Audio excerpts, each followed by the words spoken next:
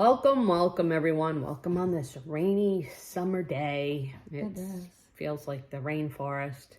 It's hot, humid.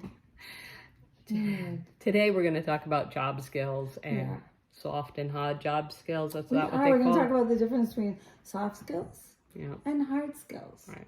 But first off, Roberta is a special education teacher. And this is Sherry. She's the mother of a child with Down syndrome. Yes. Together, we are bridge builders of diversity, and we are building bridges between the typical world and people with disabilities. Bridging that gap. So that we all understand each other and can have respect for each other. So let's talk about job skills. Yes. If you're a person with a job, you know that not everything you needed to know to do your job was part of your training before you started. Right. Yet the things that you learn after you start your job or things that can be explicitly taught are called hard job skills. Those are the things that you might learn in college, trade school, during an apprenticeship or in a training program. Those are also the things that you learn on the job, the procedures of how to execute the job. Right. Those are not things I would worry about teaching a child with disabilities. I would not teach them how to do a specific job. I know that in the past, in the hairy, scary days of the past, where they taught children to sort things because they more than likely were going to be working in a sheltered workshop doing piecework, or they would teach them to match or to put things in bins. So you want stuff that's more well-rounded. Exactly. We want to teach soft skills. Now, you might ask yourself, hey, what is a soft skill? Let me help you with that. A soft skill is something that you can learn and apply in any professional setting, in any social setting. Things like attention to detail. Making sure that if you have to write something, you've spelled everything correctly and included every word and punctuation. Details help make a more diligent worker. You're also going to look at communication skills. Are you able to communicate that you don't understand what to do next? Are you able to communicate your personal needs? And that can be very difficult for people who don't have the gift of speech. Exactly. Yes. Exactly. You made a nice segue there because communication skills can be verbal and nonverbal. They can be signed. They can be through a communication box. So just make sure that your student or the person in your life with disabilities has good communication skills. They're able to ask and answer questions and advocate for themselves.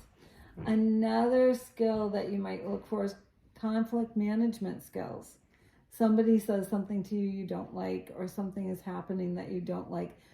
Make sure that the person with disabilities in your life has some experience with managing a conflict. And always take a deep breath before you respond. Absolutely. Let's try that together. Because we've all had situations in the workplace where we wanted to melt down. One of those soft skills that a person with disabilities needs to learn before they enter the workforce is how to manage big emotions. And like Sherry said, some strategies for how to work through a conflict. Take a deep breath, a few of them, count to 10, stuff like that. Right, and make sure that you're being clear about your position. Another soft skill is a problem-solving skill. This can be a weak point for a lot of kids with disabilities, especially those beloveds on the autism spectrum. It gets really difficult for them to problem solve because they have a hard time seeing the whole picture because their superpower is attention to detail. So they might have a hard time solving problems. Lots and lots of practice. Problem solving skills can be taught. Professionalism, teamwork, and time management. These are all things that an employer is going to look for and skills that can be taught. Professionalism is just another social skill, treating people with respect, making sure that you are treating your job with respect, and Teamwork is another one that includes communication and emotion management. And respect goes both ways between employer and employee. So Absolutely. make sure that's equal. That self-advocacy is part of their communication and professionalism skills. I know that appropriate dress and decorum is sometimes listed as an important part of professionalism, but more importantly, I see self-advocacy, how to explain to your boss that you're not quite sure how to do a part of your job, or that you need some more training, or you need more materials, or a different environment to perform your job. Those are all self-advocacy skills that enhance your job performance. I know a lot of times people with disabilities end up in the workforce and they become afraid to say anything, including advocating for better working conditions. So self-advocacy, I'm going to add to that professionalism skill. And I'm going to talk about teamwork. Teamwork is something that can be practiced through activities and games and just And lots there's and no lots of... I in team. Nope. And Sorry. I thought that was funny. So, and talked about and practiced. Time management skills, that's something that as a teacher of young children, I advocate for, because a lot of times one of the things that really stands in a child's way is the pace of the day. That the world might be going a little bit too fast for them. So things that you can do is set timers, and keep them to a schedule. Now it's time.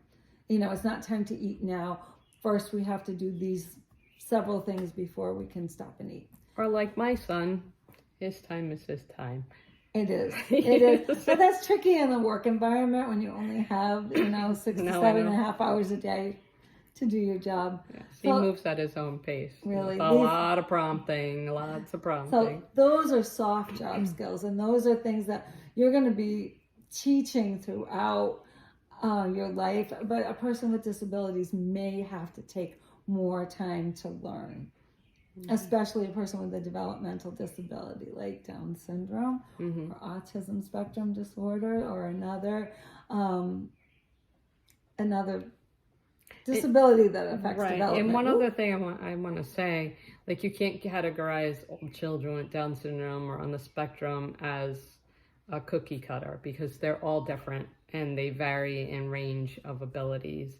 And there's people with Down syndrome who are very high functioning, who go and advocate across the country and speak very well and go to college and get degrees. And then there's, people who may be lower functioning. So, just remember that, not to put everybody in a cookie cutter of a diagnosis.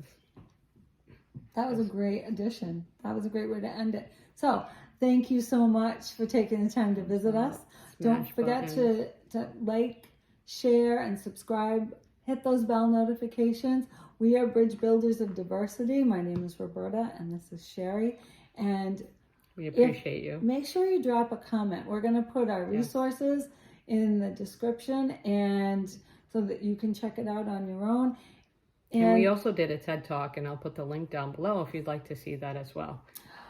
Don't forget, our TED Talk was all about people with disabilities being prepared for the workforce. Yes. So check us out on the TEDx platform, and we appreciate you.